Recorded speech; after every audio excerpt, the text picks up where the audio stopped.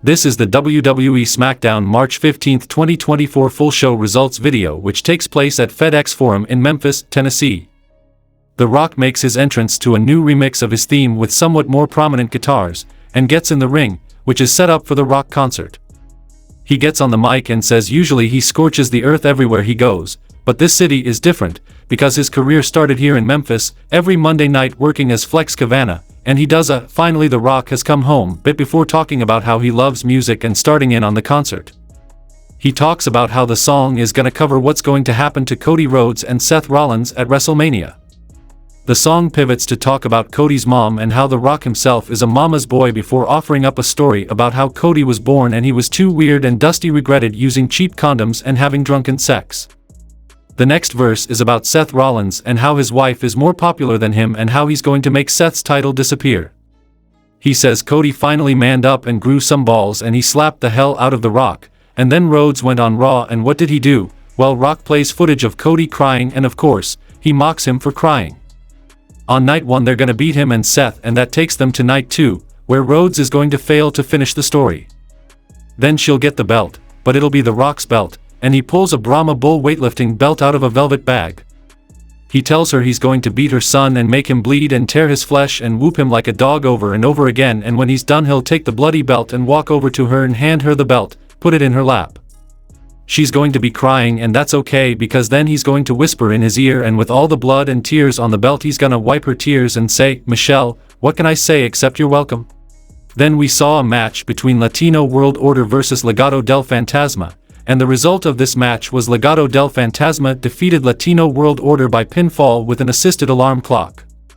Back from the commercial, LA Knight is interviewed on the stage, and he calls AJ Styles out, and then when he doesn't show up, he calls him short and Napoleon Styles, even though Napoleon was actually about average in height for late 18th century Europe. You see, the nickname, the Little Corporal, was a term of endearment given to him by his troops in the sense of like, he's our guy, not, he's short. Anyway, LA keeps talking through all that and challenges AJ to a match at WrestleMania and Styles comes out and attacks him with a chair and accepts. Logan Paul rolls up on Nick Aldis to ask how Randy Orton is going to be punished, and when Nick shrugs it off he says he wants an apology from Randy because Aldis might get in serious trouble if not, and Nick tells him to go ask Randy himself, in person. Back from the commercial, Paul Heyman and Big Jim Uso run into an interview and Jimmy responds to Jay's challenge and he says Jay was his little brother and he raised him and he accepts the challenge. The next match happened between Grayson Waller vs Randy Orton, and the result of this match was Randy Orton defeated Grayson Waller by pinfall with the RKO. Post-match, Logan and his goons light on Randy, and Paul decks him with the steel hand. Kevin Owens makes the save. Orton almost gets him with a friendly RKO, but they get past the malfunction and take Dork and Dorker out with an RKO and a stunner while Logan stares from the floor.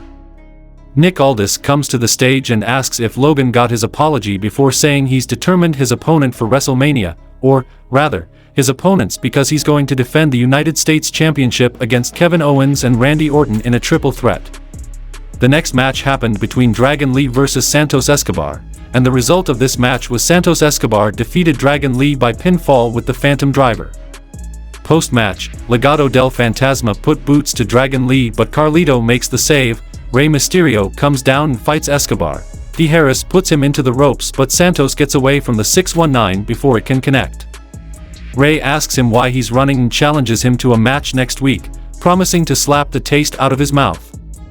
The next match happened between New Catch Republic vs Pretty Deadly, and the result of this match was New Catch Republic defeated Pretty Deadly by pinfall with the Birminghammer on Elton Prince. In the main event of the show, we saw a match between Bayley vs Dakota Kai, and the result of this match was Bayley won the match by disqualification when Damage Control attacked Bayley in the running match.